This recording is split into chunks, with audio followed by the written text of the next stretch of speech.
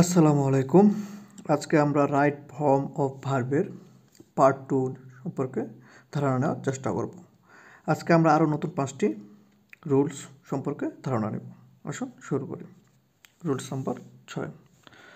যদি সেন্টেন্সটি প্যাসিভ ভয়েসে থাকে তাহলে am, is, are, was, were, be, to be, being, been ইত্যাদির পরে ভার্ব এর পাস্ট পারফেক্ট ফর্ম হয়। এখানে বলা হয়েছে সেন্টেন্সটা যদি প্যাসিভে থাকে এবং তাহলে am, is, are, was, were, be, to be, being, been ইত্যাদির পরে ভার্বের পাস্ট পার্টিসিপল ফর্ম হয়। এক্সাম্পল হিসেবে she was dash a book by her father. Option আছে গিভিং, গেভ, গিভেন, গিভস।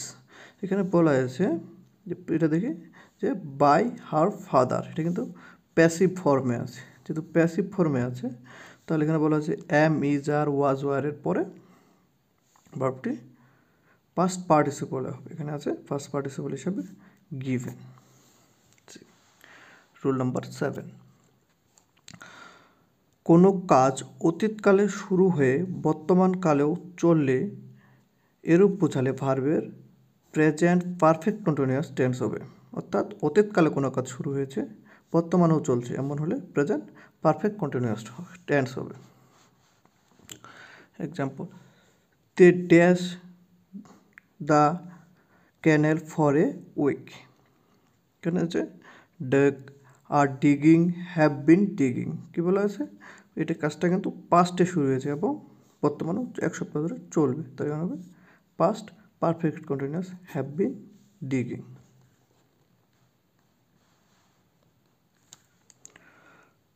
অতীত জ্ঞাতব শব্দ ago, long, long ago, long since, last, last month, last night, last week, last year, once, the day before, yesterday ইত্যাদি adverb এর ক্ষেত্রে একটি বাক্যটি first indefinite tense হবে। আমরা উদাহরণটা যদি দেখি, রাজু ড্যাশ হেয়ার ইয়েস্টারডে। এখানে যে ইয়েস্টারডে আছে তাহলে এটা হবে ফার্স্ট ইনডিফিনিট টেন্স। এখানে অপশানে কাম, ক্যাম, উইল কাম, তাহলে ফার্স্ট হবে ক্যাম। রুলস 9। পাস্ট ইনডিফিনিট টেন্সের অন্তর্গত অ্যাসার্টিভ সেন্টেন্সকে ইন্টারোগেটিভ সেন্টেন্সে রূপান্তর করার ক্ষেত্রে সাবজেক্ট এর পূর্বে ডিড বসে। কী বলছে? পাস্ট ইনডিফিনিট টেন্সকে ইন্টারোগেটিভ টেন্সে রূপান্তর করতে হলে সাবজেক্টের পূর্বে ডিড বসবে এবং ভার্বের বেস ফর্ম হবে। একইভাবে নেগেটিভ সেন্টেন্সে রূপান্তর করার ক্ষেত্রে ভার্বের পূর্বে ডিড নট বসবে। উদাহরণ হিসেবে দেখি he dash go to his office yesterday.